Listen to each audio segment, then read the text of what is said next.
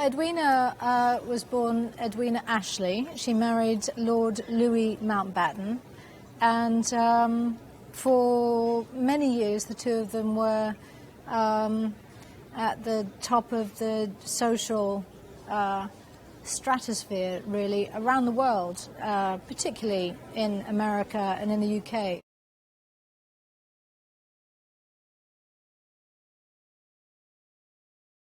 Edwina became extraordinarily involved in helping out with the ambulance corps, and got promoted and really focused her life into helping people and the sick, and kind of recrafting the nurses system. And then when Lord Louis got asked to go to India to help it towards independence, of course she went as well with their daughter Pamela, and that's kind of where we find the story, is the three of them arriving in Louis's plane in Delhi, and the beginning of what would be a momentous period of time for India and for Britain.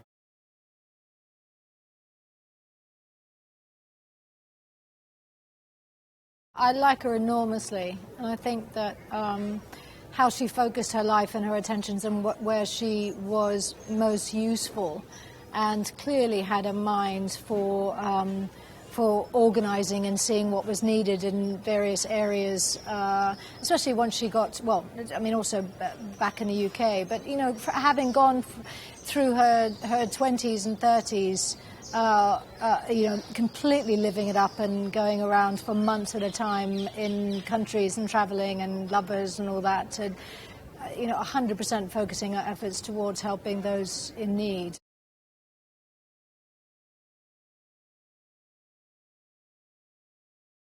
I mean, she really went into dangerous zones. I mean, forget the mode of transport that they had, which was unlike what we have today, and, you know, there wouldn't have been, you know, satellite phones as we know them, etc., etc., and that she put herself in such extraordinarily precarious situations in order to carry out what she felt her purpose was, and where she could be most useful, was so incredibly admirable, and survived. You know, she lived, you know, and then continued once after partition and after they moved back to the UK, continued for the rest of her life until her early death to do, you know, really concentrated work.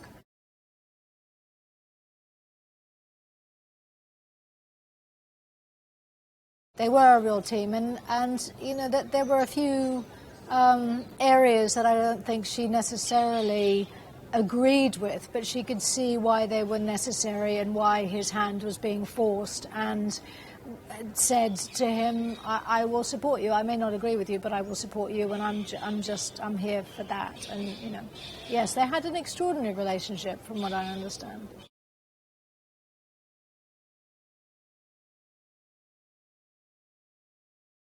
Lord Louis Mountbatten has been asked to help facilitate the transformation of India into being under the sovereign rule of Great Britain to being an independent country, and you know, just 400 million people, I think, at the time, and had been ruled over by Great Britain for over 3 centuries, and you know, obviously a handover of so many different people, different religions, the Sikhs, the Muslims and the Hindus predominantly, who were living in various parts of India relatively copacetically, side by side, and at the point that it seemed that independence might have to include partitioning India into 2 parts, though that for the Hindus, 80% for the Hindus and 20% for Pakistan.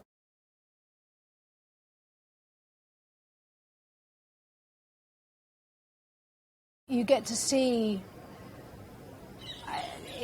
both sides of the stories, to a degree, I guess, through the eyes of characters that you hopefully learn to really care about, both upstairs, downstairs, and in throughout the wider India, and see it through their eyes, through the eyes of all the religions and also of all the different castes. And I mean, I think it certainly humanizes the scenario, and hopefully by humanizing it, there's on top of telling the bigger story, which is being told, in a very public way for the first time, will help, a greater number of people to understand, the atrocity that was this period of time.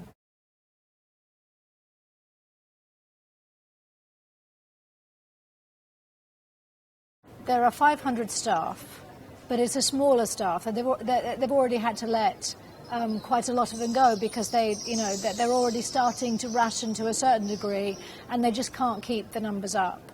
But 500.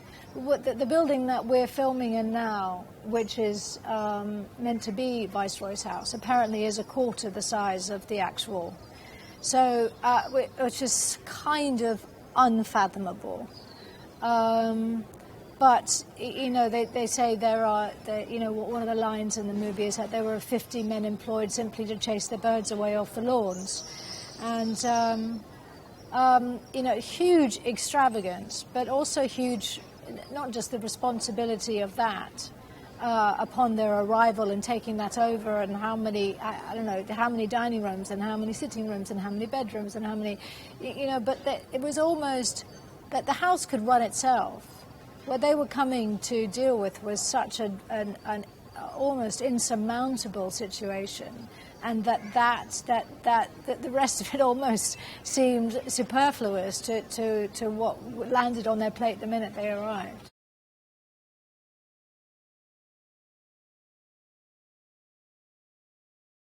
One thing that seems common for both of them is that they had no prejudices whatsoever, and treated everybody just as human beings, and could make people feel very comfortable in their presence, and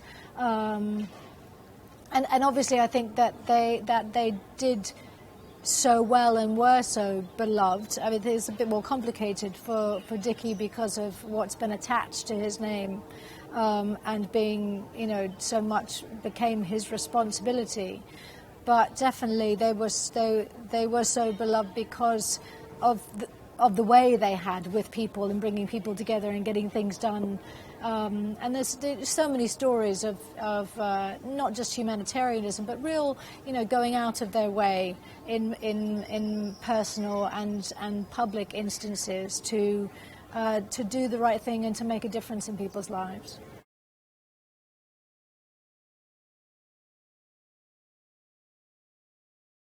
It's a huge pleasure and a gift to be able to be here. It's hot. The heat does inform quite a lot. I've done a film in Calcutta before, much more low budget, very different experience than this is. People have been extraordinarily generous in not just this hotel that we're able to shoot at, but with access to so much, and so that it makes a difference on everybody's experience of a film shoot and their ability to show up and do their best, really.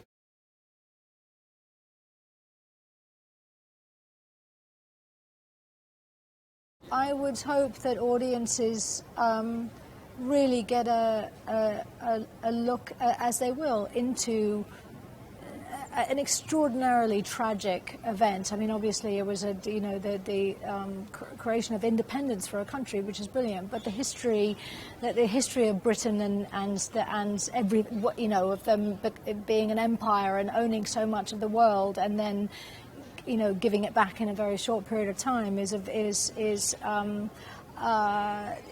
slightly heinous. And so I guess to feel the balance of that atrocity with a look into the human beings that were on the ground during that time, and the impact that it had on so many, hundreds and thousands of human lives, and where India is left today, and I just hopefully will give people a little more insight into this huge country.